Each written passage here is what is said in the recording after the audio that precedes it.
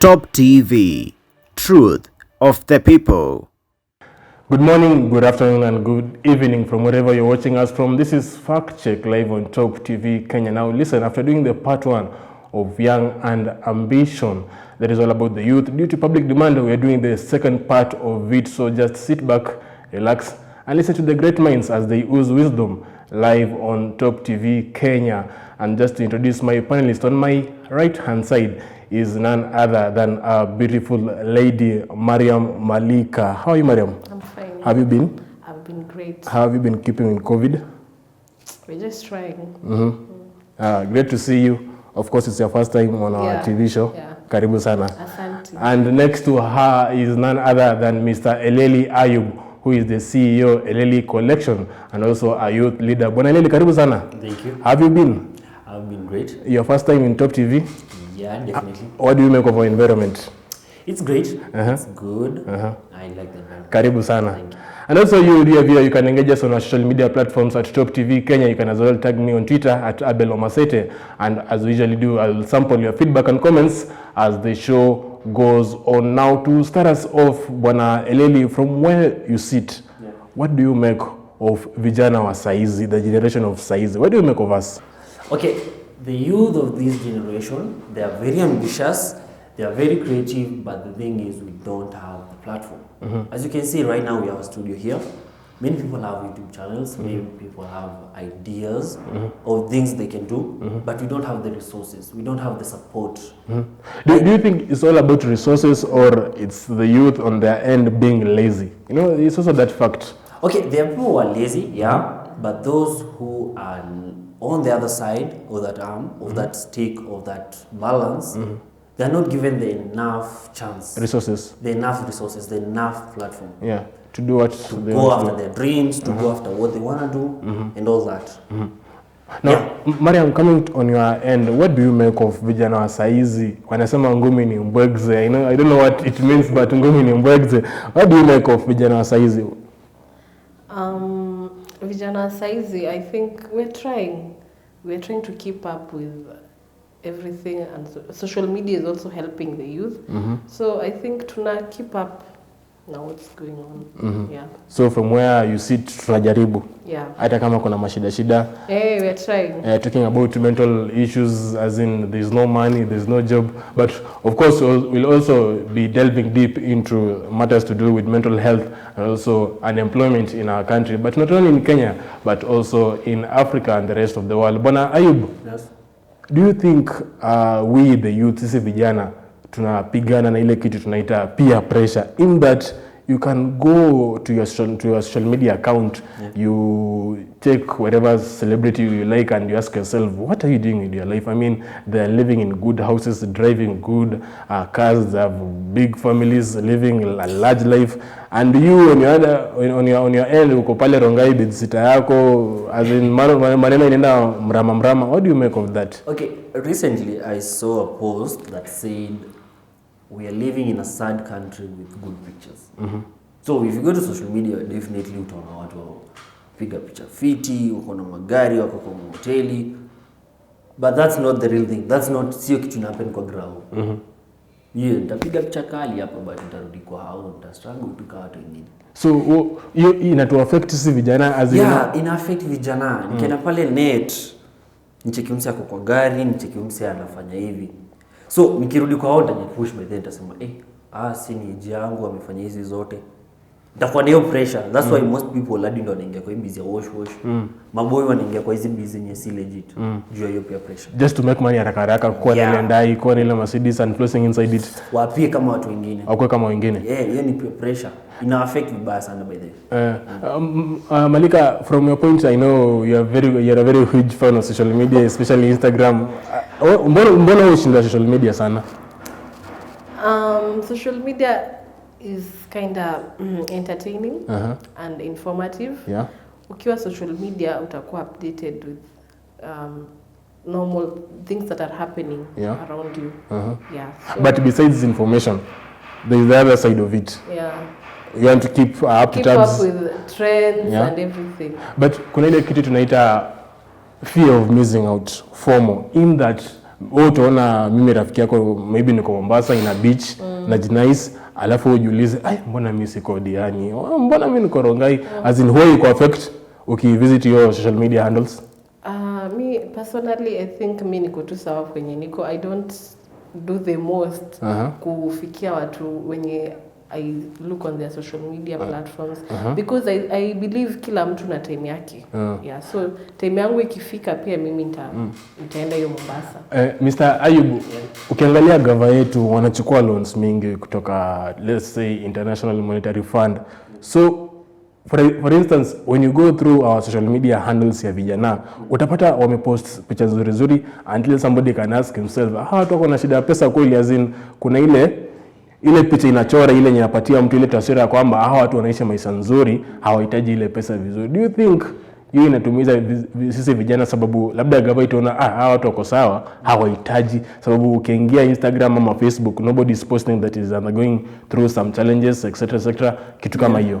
I'm a fan, let's say I'm a fan of Twitter more than IG and all that. Na ukienda pale Twitter utapata watu wana complain. Mayouth wana complain sana.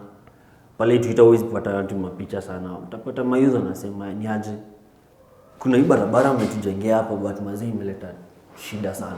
Displace wa mama walikuwa wanatengeneza mashop hapo. So wana complain. So I don't think ni hizo information haifiki gava ama nini, but mayouth wana complain through social media. For real wana air their views. So I don't know ni gava respond vizuri or something, but kujipresent youth tunajipresent vizuri. Na kuna story umeguzia hapo, umesema wash. So do you think hii social media pressure, ukiona mtu anaishi a very good life, a large life, enjoying some good kind of environment, na wewe unaumia pale, ina lead towards the youth to engage in crime matters? Yeah, a lot. Actually social media saizi ndo ina move the entire world. Like kila kitu ina happen pale social media. Nitaenda IG, mimi nimeishi life yangu normal. Nichekinaje bro wangu tulikuwa ni hapa high school. Saizi ako kwa gari, ako kwa ndege. Itani affect. Na hiyo itanipelea nitaka kuwa the same naye. Na uko na frame week utakuwa indulged that unafaa your life hata wewe. Na ukipata shortcut uende tu upate wash, boy ataingia.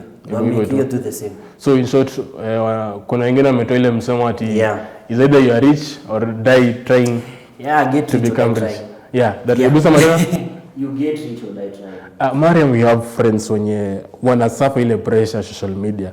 In real life ukitembelea, they have undergoing through a lot of conundrums and problems, but social media ni life ingine tofauti. What do you make of that? Ushaongea nao ukajua shida iko wapi, ama what do you make of that? Apart from the negative side of social media, I think social media pia iko na positive side. Juu ukipata mtu anapata hiyo peer pressure, inamaanisha atakuwa motivated to do more. Ndo afikie standards flani. So in short, you're encouraging it? I'm not encouraging it, but I don't see the bad side of it. Kama inakupea motivation ya kufika certain levels, I think we can go for it. But through that peer pressure inatufanya sisi vijana hata kama hatuna pesa, we are trying to fit in some certain circle. Ndio tuonekane pia we are equals, and even the reality is we are not equal, sababu huyu ana earn mita yake na wewe hauna kitu.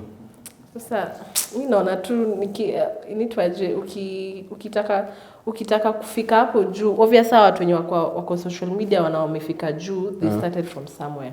So I think kila mtu tuna time yake, watu wajipe time.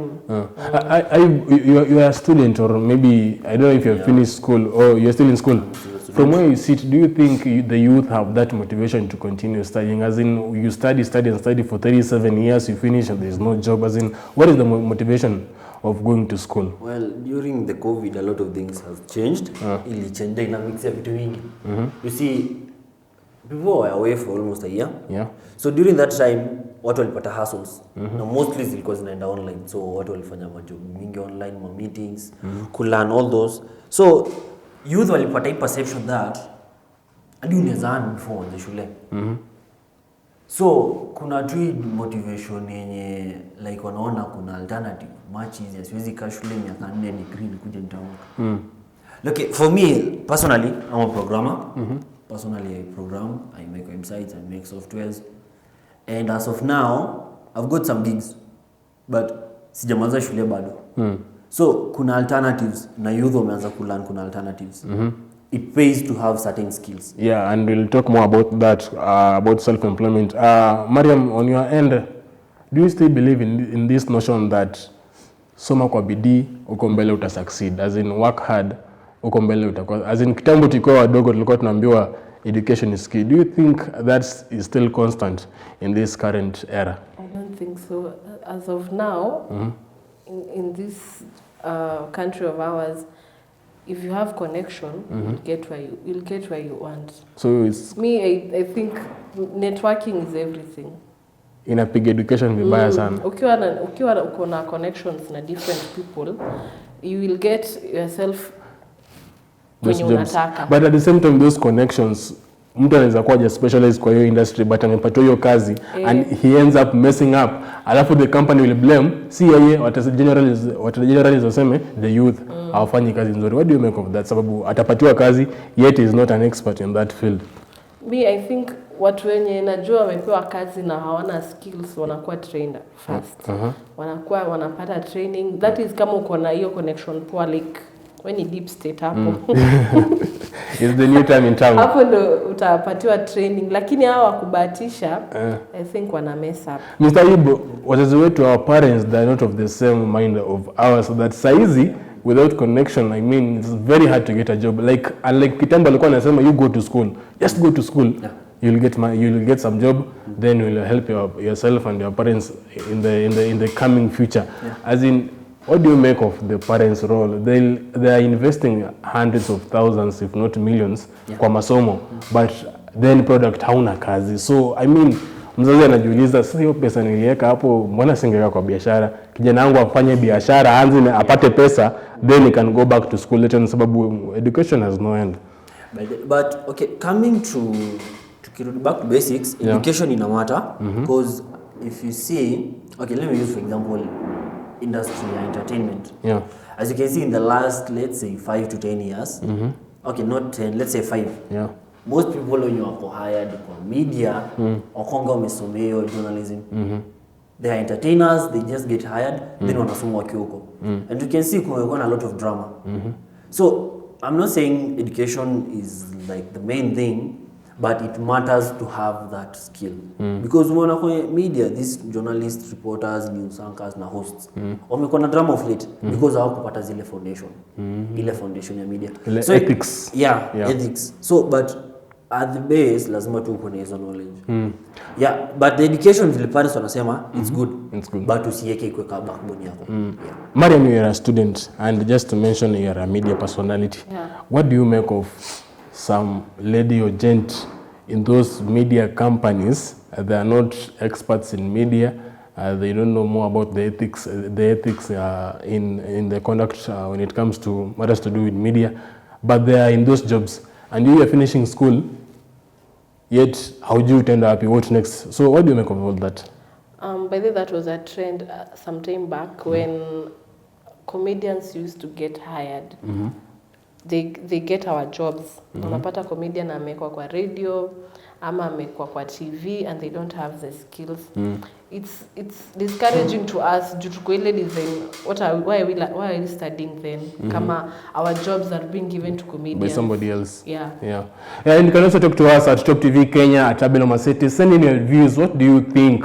Umesomea for 4 years that course you're doing journalism or teaching or even medicine, and after those 7 years unapata mtu mmoja jasomea hiyo course amepewa hiyo kazi. So is it the youth, are we the problem? Tuko lazy, hatujitumi, ama ni opportunities ndo kidogo? Yeah, you can talk to us. I'll be sampling your feedback as the show goes on. Remember, this is Fact Check, premiering on Top TV Kenya, coming to you live from where we are broadcasting from. We are taking a short commercial break. See you on the other side of this break.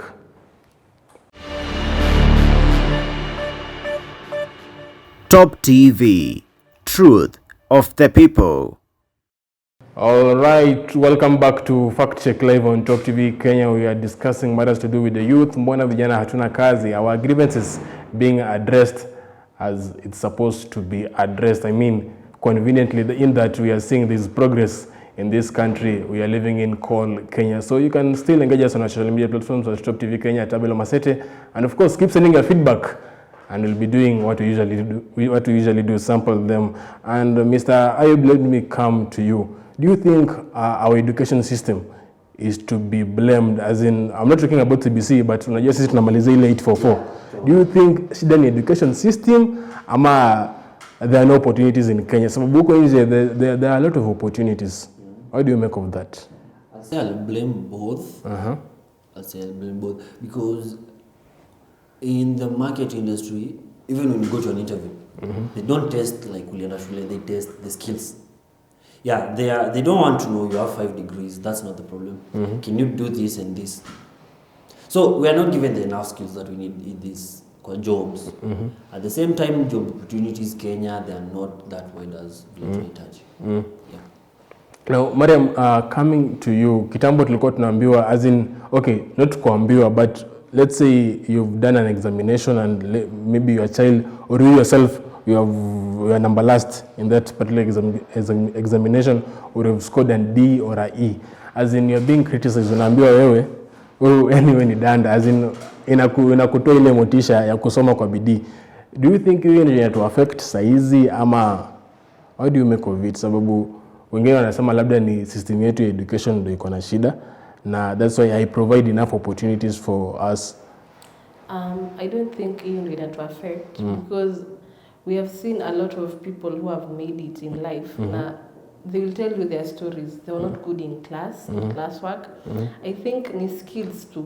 Si mambo na classwork na nini. Ukiwa na skills, you'll make it. Na kitambo ilikuwa tunaambiwa the warmer the bed, the colder the future. Are you privy to such kind of proverbs? As in... As of now, I don't think they're relative. Yeah. What do you make of such proverbs? The warmer the bed, the colder the future. Education is key to everything. No, I cannot say that because I can testify this. Yeah. There are people we have worked with at teams projects. They scored very low at their SATs, but tukifanya projects now they are very bright. They are very bright. So, walikuwa nasemanga if you take a fish out of water, it will become the stupidest thing. So maybe you are being tested the wrong thing. Yeah, because wanna focus, they are testing you like maybe you are good in field work, maybe you are good in art work. But ukifika kwa hesabu hizi zingine kwa theory inakuwa noma. And Malika, there's this notion of vijana. Okay, I want to give an example of our politicians. They say that sisi vijana hatujitumi sababu, not all of them, but some of them, they say hatujitumi sababu we are lazy. Now, when you look this stuff the other way around, is that you find that for those politicians to go into parliament, they were elected. Hawakuwa na kazi, ni sisi tuliwapatia. But on their end, they are saying, sisi hatujitumi, tutafute kazi, tukuwe self-employed. So do you think self-employment is everything? Now, sasa when a journalist, do you think self-employment will solve their issues, keeping in mind cameras 400K, tripod stand 20K, lights 15K? What do you make of that? Is self-employment the way to go? I think self-employment is the way to go because ukisema utadepend on gava, utakaa tu, utabaki na umaskini. But if you have skills, personally I'm a student, but I also do makeup. So I think nikiwa free, kama sisomi, I get an income from what I do. But nikidepend fully on my studies, I'll get nothing. And you cannot always depend on your parents fully for everything. So hata wewe una hustle. Na hiyo hustle ni self-employment. So you start from the basics with what you have. Yeah. And what do you make of this perception that the youth should stop working hard and work smart?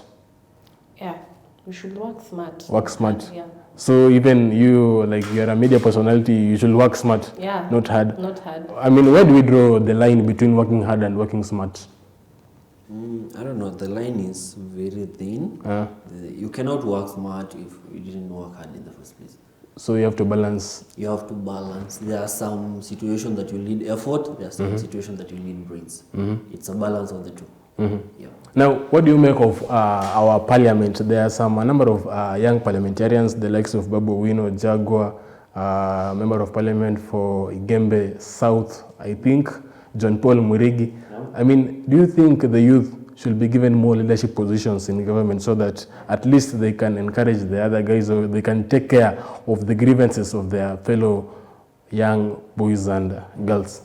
Yeah, Yeah, but it depends with the image they give us when they go to the parliament. You know, you cannot go there, give a bad image and expect the youth to look up to you. So they must portray that when you go to the parliament, you must remind you that I'm here for you. So the youth will look up to you. But when you take a look at our government, you find the likes of Modi Awori, as in the 92-year-old Francis Mudhaura, still working in government, yet as sisi vijana, hatuna hiyo kazi, and they are saying we don't have the experience. What do you make of that? It's not a good thing, by the way. It's not a good thing. If you see the most industrious countries like, let's say, Germany, America, Canada, Canada, and Singapore, they have invested in the youth. Like the president of China, when it was 90s, not 90s, 80s and 70s. When he came in, he said, you know what, I'm not going to change this government or this country from the old people. He started with the youth and the children. He changed the way they learn. He changed the way they're given jobs. And that's how you change the future. You don't change by starting with old people. You change with the youth. Yeah. What do you make of this idea that the old people should be employed in government, about the experience, unlike the youth who have no experience? I mean, where do we draw a line between qualification? You're qualified for that job, but you have no experience. As in, do you support hawa wazee kuingia kwa hizo cheo, na sisi vijana hatuna kazi yetu? We know we are very capable, we are skillful, and we are very talented and hardworking. Me, the problem is they expect us to have experience. Where are we getting the experience from if we are not given the opportunity? By the way, yeah, so tutatoa wapi experience? Si lazima ufanye kazi ndio upate experience. Tunafaa tupewe hizo opportunity. They should invest in the youth because time yao imeisha. Yeah. So wanafaa watupatie hiyo job kwanza. We learn, we know where we have failed, where we are successful. Hiyo ndio experience. Because we are tired of having the same people in leadership position. Because either way, hata wakiingia hapo hawakuwa na experience. Na bado hata wataendelea tu kupewa hizo seats na bado hakuna change. Hakuna change kabisa. Any change. So do you think hii maneno ya kuweka wazee kwa hizo cheo inafaa ifike kikomo? As in, sisi tuko na talanta, but at the same time they say vijana wanaiba sana. What do you make of that? They are very corrupt. Okay, I think that's a perception because at this age you can youth si wengi hivyo, but bado tunaibiwa. So I think they should be given chance. You learn best by doing something. So if you're given those positions, you are going to learn, and in the near future, tutakuwa perfect. Yeah, even when you take a look at the political arena, you find that to be a president, you have to have at least 35 years of age. But when you take a look at the MCA seat, hakuna ile age limit ile yanasema at least those who are above 40 ama 35 years kwenda juu, they should not contest for MCA seat. Hii MCA seat waachie vijana. What do you make of that? As in, hii inaweza kuwa sawa ama? I like that part because, okay, if we come to make sense, we cannot give a 21-year-old person to run the entire country. It will be too much. It needs a little bit. Manage kwanza.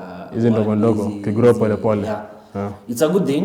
Okay, that 5 is good. That 5 mtu ako stable, amepita a good age, manage at least a family, manage at least some other things, so ako na hiyo idea kulead. Hiyo ni president. So I'm talking about MCA. Mbona MCA wasiseme kama uko 35 years kwenda juu, you should not contest for that seat. Hii achia vijana pia wajaribu kufanya maneno yao hapo. Itakuwa imekuwa more of a dictatorial or conservative way of solve things. So waseme tu, you know what, wazee vijana ingine kwa field, the best person win. Madam, I know you don't like matters to do with politics, but just to ask, from where you sit as a Kenyan citizen, what do you think the government should do kusaidia vijana? Hatuna kazi, kulipa rent ni shida, chakula, hata lunch hatujui tutakula nini. Okay, mimi naweza anzia kwanza kwa hiyo point yenu ya MCAs. I think MCAs zinafaa kwetu zetu. Za vijana tu. Za vijana hapo tunapata experience ya job. Hapo kama unataka tupate experience, give us such jobs. Yeah. So I think the government should chip in and help the youth somewhere in one way or another. Unapata kuna hizi kazi zinaitwa kazi za mtaani ama zinaitwa kazi mtaani. While vijana wanaingia, they do their best, they give their all, but pay inakuwa hakuna do itoki. Even though hiyo kazi mtaani is an initiative by government, kuna vijana usema as in wamesoma sana, they have done law, medicine, journalism, as in wezi enda kufyeka huko ama kusafisha mtaro. Let me tell you, Abel, ukiwa huna kitu hata hiyo law you'll do anything. I've seen a lot of guys na ni hawkers na they have degrees. So ni wewe ujitume.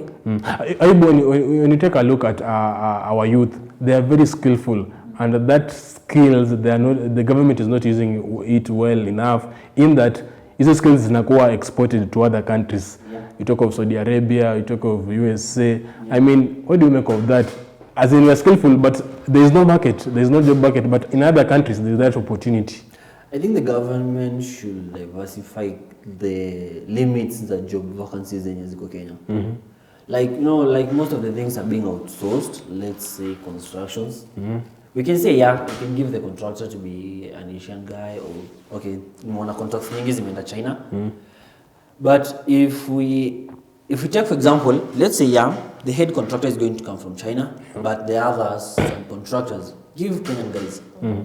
Okay, there are agreements, there is diplomatic agreements that contracts between like this country or the other, but also incorporate our guys there. Make Kenyan guys to be part of it. Like it's a good deal, yeah. Let them lead, but give our contractors, hata kama watakuwa a little pay, they'll get the experience, they'll get the jobs. Yeah, and of course it's very sad to see the kind of situation in our country, in that a majority of the youth, they have no jobs and they are forced to travel to, let's say, the Middle East, in countries like Saudi Arabia, where they are experienced, or rather they are tortured because of one or two, three staffs in those countries. And so to wind up on this particular show in today's segment of Fact Check, maybe Mariam, I can start with you. When you tell us your parting shot, what do you make, or rather, what do you advise your fellow vijana huko nje the way forward? I'd say we work with what we have. Start from the basics. Don't usikue inaitwaje overconfident, unataka kufika huko juu na kuna opportunities hapa chini. So let's work with what we have, and we all start from somewhere. So I think tujikaze tu kujituma. Mr. Ayub, what's your parting shot as you tell us more about the way forward for the youth outside there who have no jobs, they have no meals, even paying rent is a problem? Okay, I'll say, okay, invest on skills. As a youth, don't invest, okay, your degree is good, but invest on skills. If you're doing, let's say, business course, invest on skills such as accounting. Those CPA, they help a lot. It's what distinguishes you from the rest. In a thin job market, such skills is what will make you different from the rest, and that's what will make you get hired or get those job spots that are there. And before we end up, you said you are CEO of Eleli Collection. Yeah, I'm a CEO at Eleli Collection. How did you start with such adventures in the capital and running the business? Like she said, you start where you are. You start small. We started a little bit. We started just dressing models. We dressed a few. They won. Others did not win, but you start somewhere. As long as the ball is rolling, you're good. Make sure you keep consistency in your efforts. Invest the little skills you have, and everything will move you. Mariam also said you have a side hustle, and that's the way to go. So when I encourage vijana wengine pia wawe na side hustle. I'm sure everyone has something they can do with their hands. So work with what you have.